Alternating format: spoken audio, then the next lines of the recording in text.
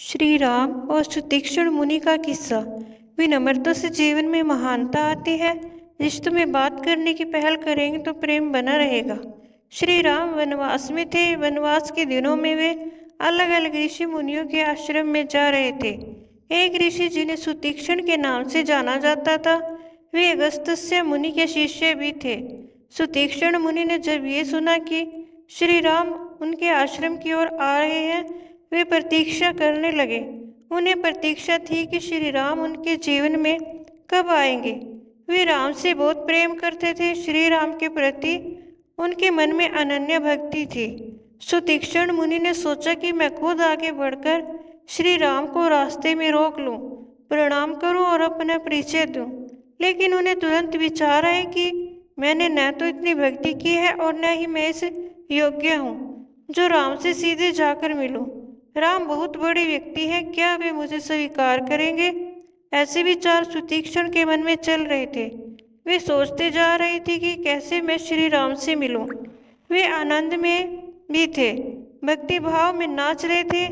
एक पेड़ के पास श्री राम ने मुनि सुतीक्ष्ण को नाचते हुए देखा तो वे समझ गए कि ये मेरे लिए आनंद में नाच रहे हैं, लेकिन संकोच भी कर रहे हैं कि मुझसे कैसे मिले। तब राम ने विचार किया कि मैं ही उनके पास चला जाता हूँ। जैसे ही श्री राम सुतीक्ष्ण मुनि के सामने पहुँचे तो सुतीक्ष्ण बेहोश हो गए। श्री राम को उनकी बेहोशी दूर की। जब सुतीक्ष्ण को होश आया तो वे रोने लगे और बोले कि आप इतने बड़े व्यक्ति हैं, आप स्वयं चलकर मेरे पास आ गए। श्री राम ने कहा कि हे मुनि, इस संसार में कोई बड़ा छोटा नहीं होता है। स्थितियाँ ऐसी हो सकती है कि किसी को बड़े पद पर ले जाए। मैं आपके पास इसलिए आया हूँ कि अब ये भेदभाव खत्म होना चाहिए। जीवन प्रबंधन की सीख। इस घटना में श्री राम का आचरण हमें जीवन में कई महत्वपूर्ण बातें सिखाता है। विनम्रता में ही महानता। श्री राम एक राजा थे, भगवान थे, फिर भी उन्होंने ये नहीं सोचा कि मुझसे कोई मिलने आए। उन्होंने संकोच कर रहे व्यक्ति की स्थिति समझकर स्वयं आगे बढ़कर मिलने का निर्णय लिया। जीवन में चाहे हम किसी भी ऊंचाई पर पहुंच जाए, हमारे भीतर विनम्रता जरूर होनी चाहिए। विनम्रता से ही जीवन में महानता रहेगी। पहल करना बड़प्पन की निशानी है। कई लोग अहंकार के कारण दूसरों से मिलने या संवाद करने की पहल नहीं करते हैं। वे सोचते हैं कि मैं बड़ा हूँ, वही आए मेरे पास। जबकि श्री राम ने बताया कि बड़प्पन इसी में है कि हम खुद झुककर लोगों से जुड़े। रिश्तों में प्रेम वही पाता है जो इस बात का ध्यान रखता है, पद का भेदभाव न रखे।